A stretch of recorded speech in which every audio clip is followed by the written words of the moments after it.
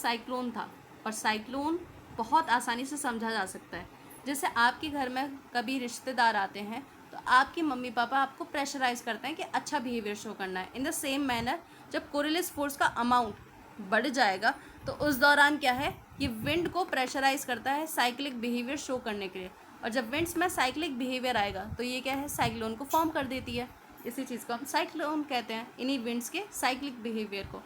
अब जो साइक्लोन का बनना है इसकी कुछ कंडीशन है, जैसे हाई टेम्परेचर का होना। किसी जगह पर हाई टेम्परेचर होगा तो वहाँ पे एयर राइज करेगी, और एयर अगर किसी इलाके से राइज करेगी तो वहाँ पे लो प्रेशर खुद ब खुद क्रिएट हो जाता है।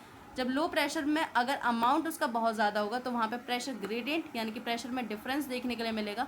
इसकी वजह से हवाओं की जो स्पीड है वो बहुत तेज़ हो जाती है, और इसी वजह से एट द एंड कोरिलेस फोर्स का जो मैग्नीट्यूड है वो बहुत एक्सेसिव अमाउंट में लगने लग जाता है। यानी कि कोरिलेस फोर्स बोले तो पेरेंट्स अंडर प्रेशर आ जाते हैं कि अरे यार ये हमारी आज इज्जत बचा ले बस रिलेटिव्स के सामने, तो तुम्हें क्या फोर्स करेंगे, साइक्लिक बिहेवियर शो करने के लिए। अब यहाँ पे क्या है, एयर राइज करती है तो क्या करेगी, क्लाउड का फॉर्मेशन करवाती है और हैवी रेनफॉल होती है in case of cyclone.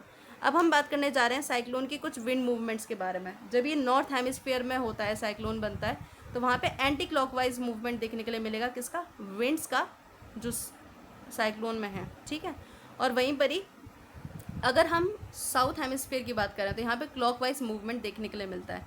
Anti clockwise आप समझ रहे हैं ना, इंडिया में एंटी क्लॉकवाइज ही साइक्लोन देखने के लिए मिलेंगे, जैसे tropical cyclone.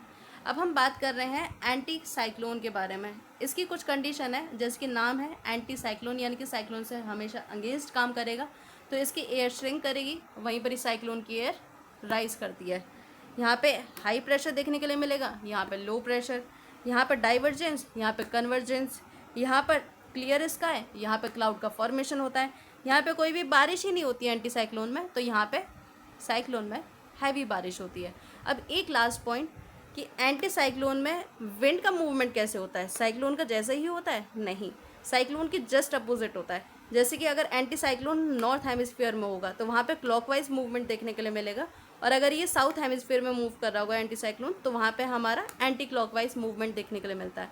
Thanks for watching यहाँ तक। So till then subscribe my channel and keep learning in this way.